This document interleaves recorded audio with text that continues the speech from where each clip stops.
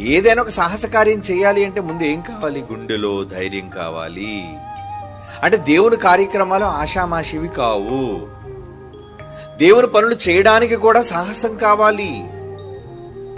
ఎందుకంటే పరలోకంలో ప్రతిఫలాన్ని సాధించాలి అంటే సులువుగా దక్కేది కాదు కదా, అది చాలా కష్టతరమైనది. మరి కష్టతరమైన దానిలో ఎన్నో అవాంతరాలు, అభ్యంతరాలు, కష్టాలు, ఇబ్బందులు, సమస్యలు ఇవన్నీ ఎదురవుతున్నప్పుడు కూడా కావలసింది ఏంటి? ధైర్యము విడవకుండా ఉండటం. మీకున్న నమ్మకాన్ని వీడకుండా మీరు ఉండటం. మీలో అందరికీ ధైర్యం ఉందా?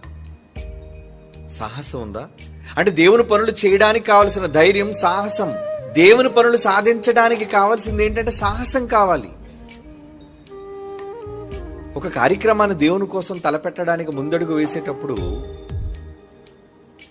దానికి మనం చూపించాల్సింది ఏంటంటే సాహసమే.